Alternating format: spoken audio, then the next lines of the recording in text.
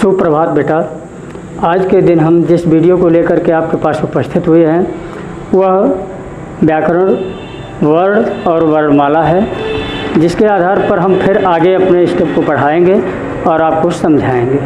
वर्ण क्या है, वर्णमाला क्या है और स्वर क्या है, व्यंजन क्या है, मात्राएं क्या हैं, इस तरह से आपको हम आगे लेकर चलेंगे। देखिए, वर्ण, वर्णमाला। वर्ण की परिभाषा, किसी भी भाषा की सबसे छोटी इकाई को वर्ण कहते हैं।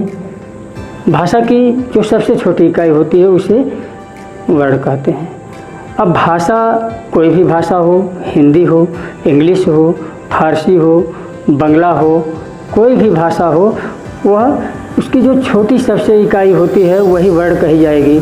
जैसे अंग्रेजी में ए, बी, सी, डी ये वर्ण हैं अलग अलग। हिंदी में क, ख, ग आदि ये सब वर्ण हैं। वर्णमाला, वर्णों की माला, ना कि फूलों की माला, मोतियों की माला। माला अनेक प्रकार की होती है, लेकिन यहाँ पर हम आपको बताएंगे वर्णों की माला। तो वर्णों की माला है क्या? किसी भी भाषा के वर्णों के समूह को वर्णमाला कहते हैं। कोई भी भाषा हो, हिंदी हो, अंग्रेजी हो, संस्कृत हो, उसमें जो भी वर्ण हैं उनको इकट्ठा एक समूह के रूप में रखा गया, वही वर्णमाला कहा जाता है। जैसे आ से लेकर ज्ञ तक के वर्ण हिंदी में वर्णमाला कहे जाते हैं।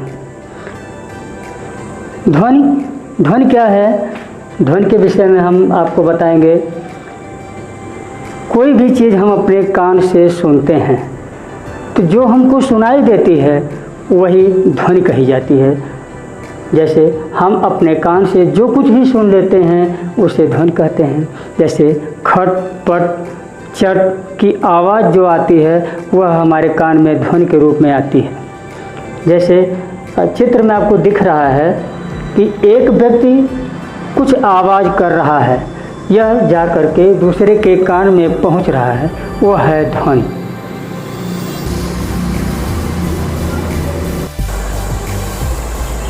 बेटा, वीडियो के अंत में हम आपको एक हिदायत देना चाहते हैं। पूरा विश्व महामारी के महासंकट से जूझ रहा है, तो इससे उबरने के लिए हमें क्या करना चाहिए? अपने आप को सुरक्षित रखने के लिए कुछ उपाय हैं जिन्हें हम आपको बता रहे हैं। पहला उपाय कि एक व्यक्ति से दूसरे व्यक्ति की दूरी बनाए रखें, जो कम से कम 1 मीटर की दूरी हो। दूसरा, अपने मुंह पर मास्क लगाए हों, खुला ना छोड़ें, रुमाल लगाए हों, तौलिया लगाए हों। इस तरह से अपने आप को सुरक्षित रख सकते हैं। फिर अगर कहीं हमको जाना आना है तो समूह वाले स्थान पर ना जाएं, अपने आप को सुरक्षित रख सकते हैं। हाँ, अलग रहें, सुरक्षित रहें।